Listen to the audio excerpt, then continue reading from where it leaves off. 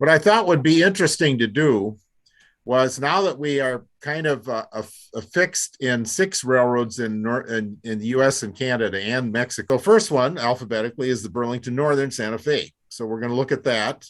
And we're going to look in a little bit more detail at the components that were there in 1950, the Chicago Burlington and Quincy.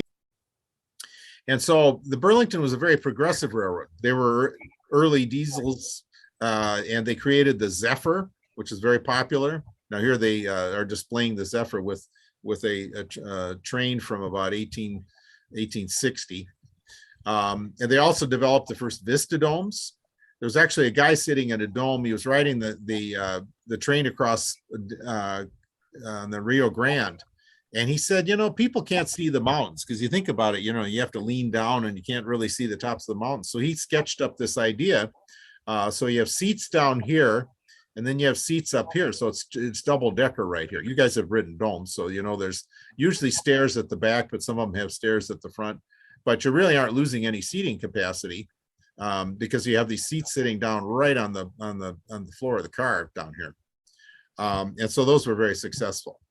And so then Burlington created the California Zephyr, which went from Chicago to Denver on the Burlington, and then Denver to Salt Lake on the Rio Grande, and then from Salt Lake to San Francisco on the Western Pacific. And that had a lot of domes. So then James J. Hill tried to merge the Burlington, Great Northern, NP, and SP and S into the Great Northern, Pacific, and Burlington lines. Well, and so he put all the railroads into a trust, and then he tried to merge them. And they merged them, but or we're in the process, and it was basically what became the BN. So they had the Great Northern up here, and then the NP here, and then the Burlington was all this stuff with the Colorado and Southern. But it was at an inopportune time, because Teddy Roosevelt was really going after these huge monopolistic companies. What started it all was Standard Oil. I think Standard Oil had 3/4 of the oil business, and they were putting everybody else out of business. I was shocked when I read how many different companies Standard Oil was broken up into. All those companies we thought were separate, like, for example, Standard Oil, which is Standard Oil of Indiana. There was Esso, Eastern States Standard Oil. That was Standard Oil of New Jersey. Sohio was Standard Oil of Ohio. Enco, I think, was Kentucky. Humble Oil was someplace down there.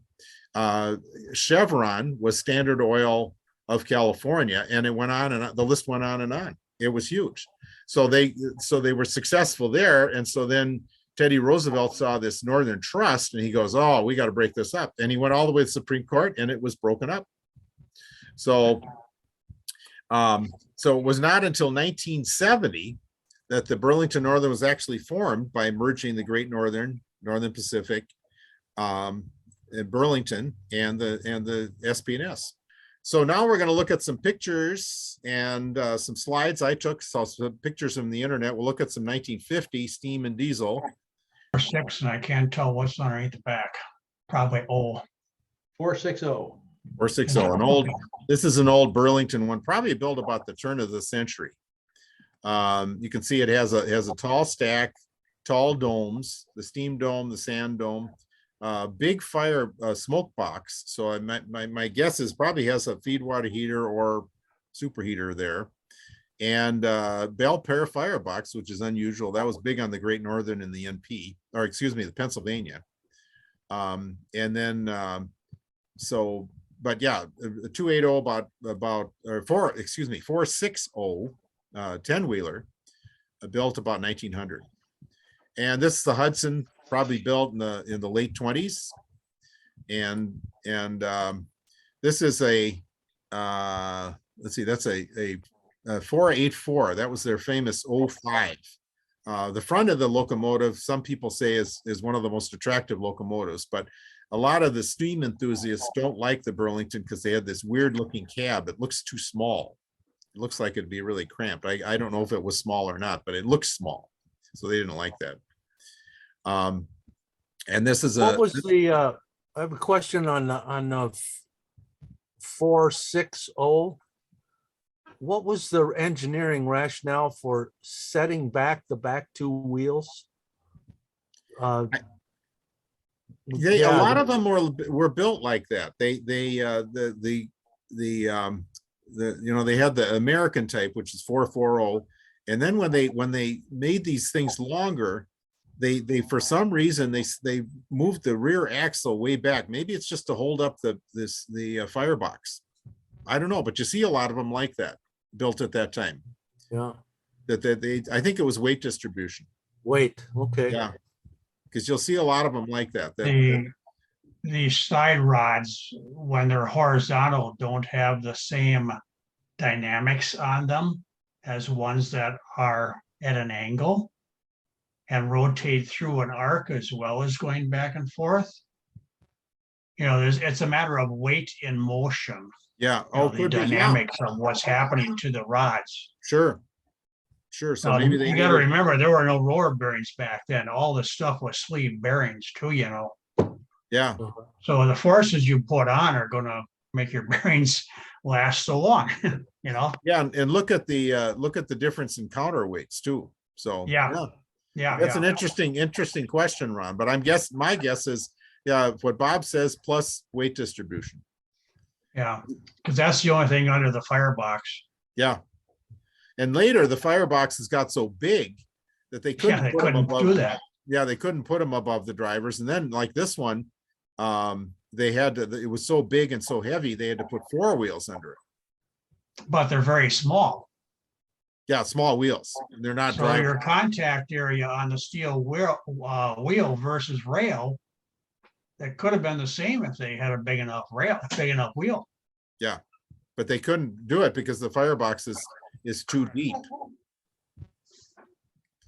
And so here's another one of the Northerns.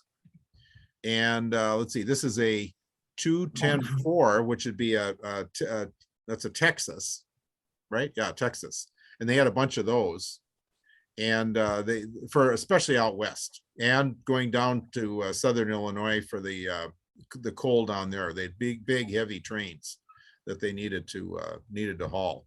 And the Colorado Southern had a bunch of these too. Now here's this is another Texas. This must have been outshopped fairly recently because it looks in pretty good shape. And here's another. Notice how different the boiler was. If you go back one more.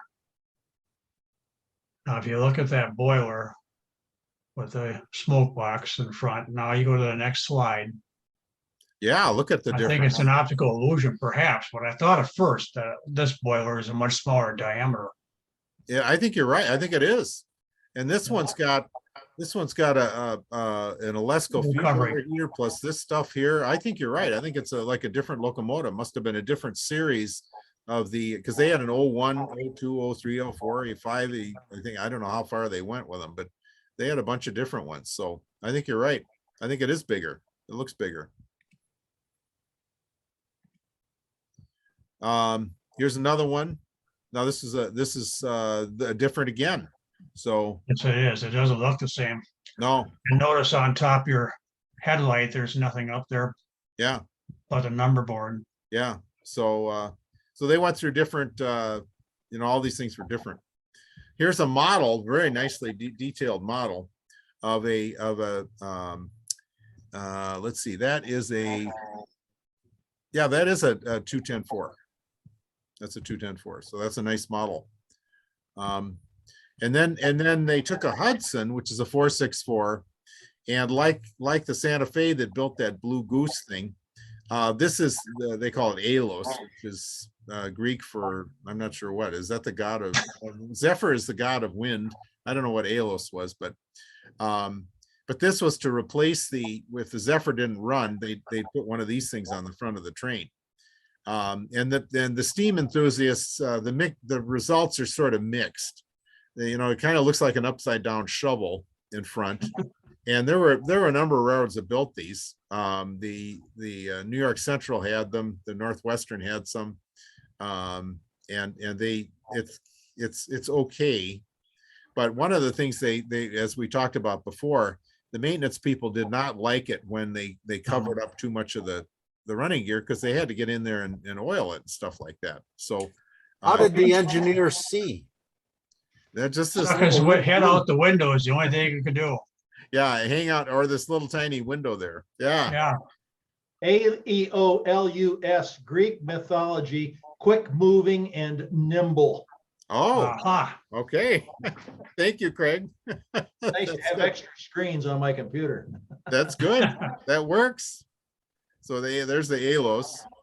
And here's a now this is a 282. So it'd be a just a standard Mikado and in operation someplace out west. that piston looks so big on there, doesn't it? Yeah, When you get a smaller boiler yeah, and a smaller set of wheels, all of a sudden that piston looks huge. yeah, it really does. But that's an optical illusion also, because you Sure. go to the next slide, it's probably the same size piston. Sure. What's the name on the smokestack? Said Mount View on the stack. Mountain View? Mount View? Mount View. Mount View. I've never heard of a city called Mount View, but must be one. Must be on the BN route or something. Someplace. And here's the original brass engine. I think it was the golden anniversary of the Burlington. They painted a locomotive gold, and for those modelers, this is how, of course, the brass engines come. And so there have been a few guys that just put a herald on the side and they said, okay, we're good to go. Yeah, there you go. So anyway, this was the Burlington ran steam quite a bit after they had retired it. They did a lot of steam specials and railfan specials. They were very friendly to the railfan community. Let's see. Now this is a restored. That would be that's a Mike, a 282.